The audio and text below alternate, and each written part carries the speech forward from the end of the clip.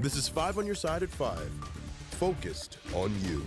And we begin at 5 with a live look over downtown. Those images coming in just a moment. What a cold and wet day in our region. And the rain brought in a fog, hiding the arch from view here. So just how much more rain could be in store?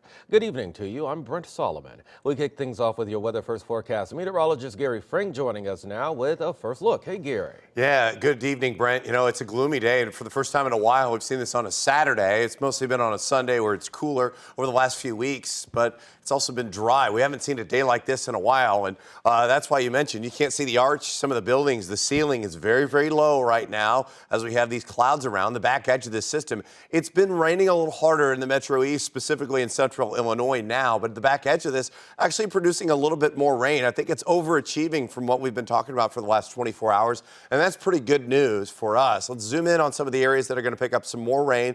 It's starting to settle in, moving in from St. Charles County into St. Louis County here as well, from really New Melle into Wildwood. That's rain starting to pick up a little bit as it crosses the radar in Weldon Spring, and of course right across the river in Alton. A little bit further west, there is more from Gerald and Oak Hill, and that's going to settle in here from north to south. The Metro East, Carlinville as well. We continue to see this rain. The back edge of this will clear, but our visibility, we've had under 10 miles. It's about 4 or 5, and that's why you'll see that low ceiling. Cooler air behind it. It won't settle into time to cause any issues tonight, but this evening, expect showers to linger. We'll discuss the exit of that and the push of very cold air after this finally moves out. All right, Garrett, we'll see you in a bit. A car strikes a building, shutting down a North City roadway this morning. The two-car crash happened at North Market near North Grand around 10 o'clock. One car slammed into a pest control building. Authorities tell us firefighters had to rescue one of the drivers. Both cars have serious damage. Both the drivers have minor injuries. Another accident causing delays in Melville this morning. The eastbound lanes of I-255 had to close after a semi overturned. It happened just after 8 in the morning. The scene now clear. Missouri State Highway Patrol telling us no one was hurt. Well, right now, people who live at a senior living facility in North St. Louis are without their homes, and employees want to know when they'll get paid. They tell 5 on your side's Travis Cummings they're shocked by last night's sudden closure. People don't know how they're going to eat, how they're going to pay their bills or anything. It's an unimaginable way to start the holiday season. Only thing we know is when we woke up Friday morning, we had no funds in our account.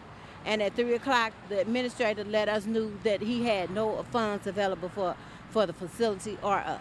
Northview Village Nursing Home, where Angela Henderson has worked for 40 years, is now closed after a sudden shutdown. Staff took the last of their belongings out of the building on Kings Highway in North St. Louis Saturday morning. They say about 170 residents were forced out Friday with no explanation. A lot of residents up here didn't even have family members, you know what I'm saying, to come and get them if, you know, it's just messed up. It's just a messed up situation. Michelle Wallace has been a receptionist at the front desk for the last 5 years. And from my understanding, they said he had knew this for weeks already, probably months. Who that is he? The Mark Sweetser, the owner of the building.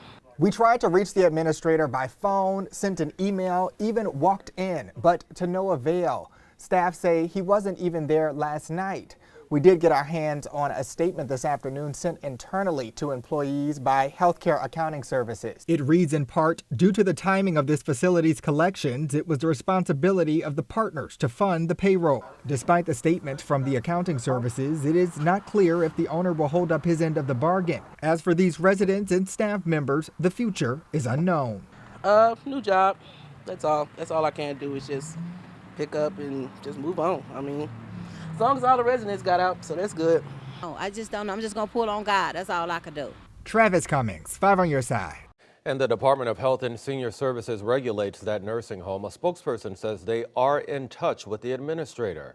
Their regional team worked through the night and early morning to get 170 people there relocated. Well, since the beginning of the war between Israel and Hamas, fears of escalation have been top of mind for Israeli citizens. Hallie Jackson went to Israel's northern border to see how the military is preparing. Israeli troops in this video released by the military today, training for what they call potential scenarios in the country's north. A possible escalation with Hezbollah. The fear? War could come here. Ariel Frisch says it already is. We have every day here shooting missiles. We meet Frisch in Kiryat Shimona. Kiryat Shimona was the first to get, this is our bombs. This is our rockets. In regular times, about 23,000 people live here. Most have left, evacuated. Frisch takes us to the school, where now his students are gone. He's the principal here, but hasn't been to his office in weeks. We have our troops instead of students. Shouldn't be this way. Shouldn't be. A few blocks away, Shlomi Abutbul is keeping his restaurant open. Where I go, I need to stay here to give food to the soldiers. October 7th haunts them here. You're worried, it sounds like, that what happened down in the south could happen in the north. No, it will definitely happen. If we will not fight and strike first, it will happen. It's estimated more than 1,000 rockets have been fired from Lebanon toward Israel and likewise from Israel into Lebanon since October 7th. Reportedly 4 Israeli civilians killed and more than 30 Lebanese. It's why some in southern Lebanon are evacuating too. Back in Israel, displaced members of a northern kibbutz pack a hotel down in Haifa, home for now. What do you like to do here? I like to play outside with friends. When do you think you'll go back home? Really don't know. It's a really big question that you're asking. Hallie Jackson, NBC News, Northern Israel. And as concerns in northern Israel grow, calls for a ceasefire are mounting. The crisis in Gaza worsens, and now there's a chance for growing violence in the West Bank.